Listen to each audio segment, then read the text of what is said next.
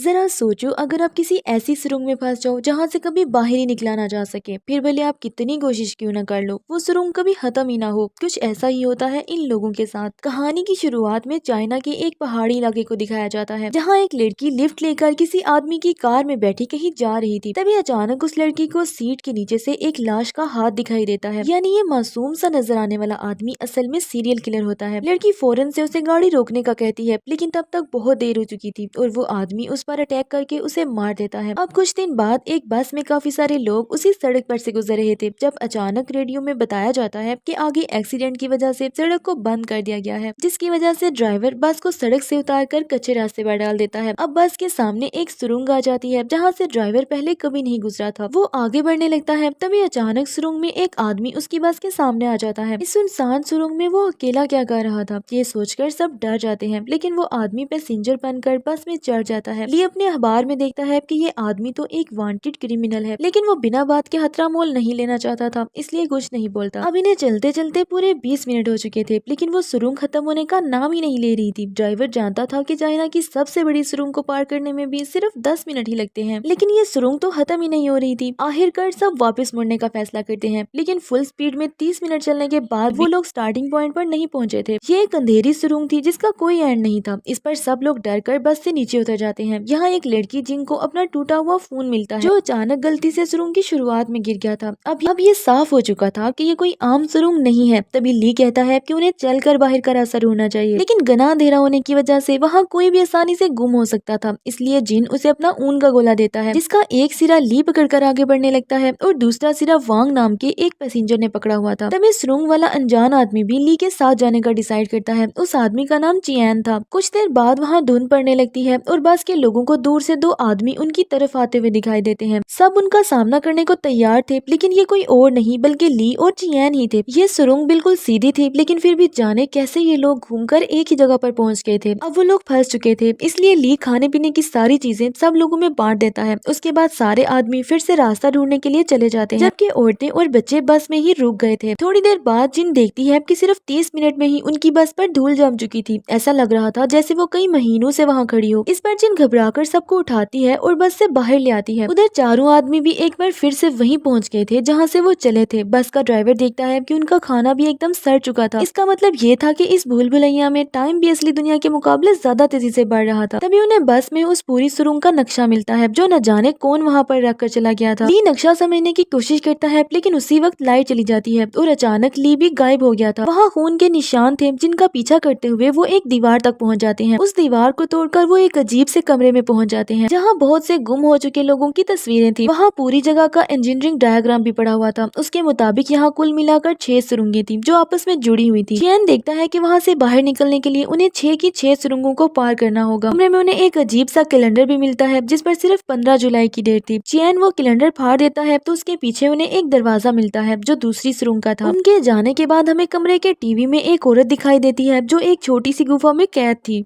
इसके बाद वो सब दूसरी सुरंग में पहुंच जाते हैं, जहां उन्हें उसी जगह पर अपनी बस नजर आती है, जिसे देखकर ऐसा लग रहा था जैसे वो कई सालों से वहां खड़ी हो। बस में उन्हें अचानक से नूडल्स मिलते हैं, लेकिन टोनी बंदूक की नोक पर खाने पर कब्जा कर लेता है, क्योंकि यहाँ पर टाइम बहुत तेजी से बढ़ रहा था। इसलिए सबको बहुत जल्दी भूख लग रही थी, जिसकी वजह से वो जानवरों की तरह बर्ताव करने लगते हैं। सारा नाम की पैसेंजर, जो पेशे से एक मॉडल थी, खाने के लिए टोनी के साथ जिस्मानी ताल्लुक बनाने के लिए तैयार हो जाती है। वहीं वांग नाम का एक पैसेंजर जब नूडल्स का एक पैकेट चुराने की कोशिश करता है, तो टोनी फौरन से उस पर हमला कर देता है। तभी अंधेरे में से कोई चीज अचानक से टोनी का खून कर देती है और बाकी सब बस देखते ही रह जाते हैं। तभी उनकी नजर बस के नीचे गटर के ढक्कन पर पड़ती है। उसके अंदर जाने पर वो सभी एक और अजीबोगरीब कमरे में पहुंच जाते हैं। इस बार टीवी पर वो लड़की गुफा में डूब रही थी। ग्रुप को एक बार फिर से वही कैलेंडर नजर आता है, जिसके पीछे एक और खुफिया दरवाजा था। उसे पार करके वो तीसरी सुरंग तक पहुँच गए थे। ये सुरंग पहले से भी ज्यादा अंधेरी और सुनसान थी। यहाँ भी बस मौजूद थी, लेकिन उसमें सांप भर चुके थे। अचानक से वांग बंदूक निकाल लेता है और कहता है कि जब जब कोई मरा है उन्हें खुफिया रास्ता मिला है, इसलिए यहाँ से सही सलामत बाहर निकलने के लिए अगर उसे उन सब की जान भी लेनी पड़ेगी तो वो ले लेगा। वो जिन के हाथ से चियान के कंधे पर गोली चलवा देता है और उनके साथ आए दोनों बच्चों को कमरे में ले जाकर पीटना शुरू कर देता है और फिर वो सारा को भी गला दबाकर मारने की कोशिश करता है, लेकिन उससे पहले ही कोई अनजान चीज पीछे से आकर उसका काम तमाम कर देती है। उसकी मौत के बाद अब उन लोगों को एक और खुफिया रास्ता मिल जाता है, जो चौथी सुरंग में खुलता था। तभी जिन नाम की वो औरत जो प्रेग्नेंट थी, उसकी डिलीवरी का टाइम आ जाता जाता है। सारा और चियान मिलकर बस की तलाशी लेने लगते हैं। ये सुरंग लोगों के दिमाग को भी कंट्रोल करती थी, इसलिए सारा को वहाँ अजीबोगरीब लोग दिखाई देने लगते हैं। वो डर कर जल्दी से बस से बाहर आती है, लेकिन उसके चारों तरफ लाशें ही लाशें थी। वहीं उसे एक शीशा दिखता है और उसमें देखते ही कोई उसे पीछे से मार देता है।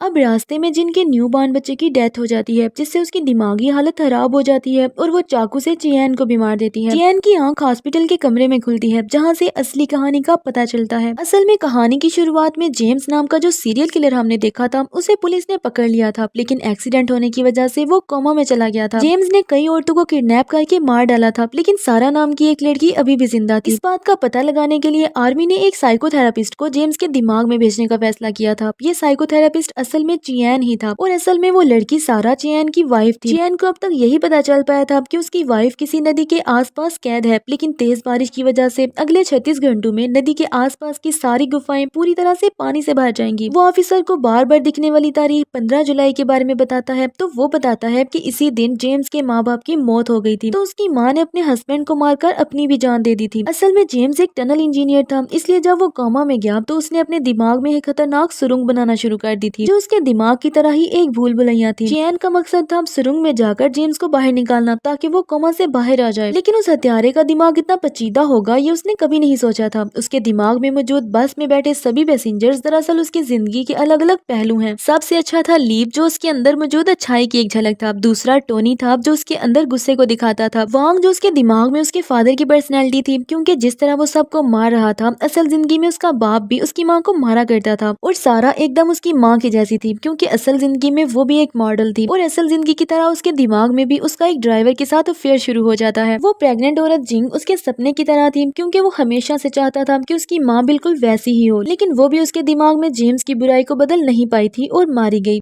आखिर में बचे वो जुड़वा बच्चे जो जेम्स के बचपन की झलक थे, लेकिन वहाँ कोई और भी मौजूद था जो बस में नहीं था, वो जिसने छुपकर ली और वांग का कत्ल कर दिया था। अगले दिन चियान एक बार फिर से जेम्स के दिमाग में दाखिल होता है और इस बार वो सीधा जेम्स से अपनी वाइफ के बारे में पूछता है, लेकिन वो इतनी आसानी से कहाँ बताने वाला था। वो कहता है कि उसे अपनी माँ से नफरत है, क्योंकि उसने उसके बाप को मार डाला था, इसीलिए वो औरतों को किडनैप करके मार डालता था, क्योंकि उन पर भरोसा नहीं किया जा सकता। इसके बाद वो चियान को अपने दिमाग के अलग अलग हिस्सों में लेकर जाता है, जहाँ उसकी जिंदगी के कई किस्से चल रहे थे। यहाँ चियान एक सिनेमा हॉल में पहुंचता है, जहाँ आखिरकार उसे सुरंग में हुए कत्ल करने वाला आदमी मिल जाता है। वो कोई और नहीं बल्कि चियान खुद ही था। इसका मतलब ये था कि जेम्स का दिमाग इतना शैतानी था कि जो भी उसके दिमाग में झांकता था वो खुद भी एक कातिल की तरह ही सोचने लगता था। शैतान चियान बताता है कि वो सारा को बचाना नहीं चाहता, इसीलिए उसने एक एक करके सुरंग में सबका खून कर दिया और न्यू बॉर्न बच्चे को भी मार डाला। इसके बाद वो असली चियान को एक अंधेरी जगह पर ले आता है, जहाँ उनके बीच जबरदस्त लड़ाई होती है और असली चियान जीतने ही वाला था, लेकिन तभी वहाँ एक और शैतान चियान आ जाता है, जिसका मतलब ये था कि शैतान कभी मरता नहीं है। उधर बारिश काफी तेज हो रही थी और पानी अब सारा की गर्दन तक पहुंच चुका था। तभी असली चियान को एक आइडिया आता है, अगर वो खुद को मार दे तो उसके साथ साथ उसकी बुराई भी मिट सकती थी। यहाँ उसका प्लान काम कर जाता है और चियान के मरते ही जेम्स के दिमाग में मौजूद सारी बुराई मिट जाती है। अब असल जिंदगी में जेम्स कोमा से बाहर आ जाता है और फौरन ही पुलिस को सारा का पता बता देता है। आखिरकार सारा को तो ऐन मौका पर बचा लिया गया, लेकिन चियान कभी नहीं उठा। वो उसी सुरंग में हमेशा के लिए कैद हो गया और इसी के साथ ही मूवी खत्म हो जाती है। तो गाइस, कैसी लगी आपको स्टोरी और ये कहानी थोड़ी पेचीदा थी, तो कितने लोगों को इसके ट्विस्ट की समझ आ गई कमेंट्स में जरूर बताना और वीडियो को लाइक और चैनल को सब्सक्राइब कर लो। Thank you.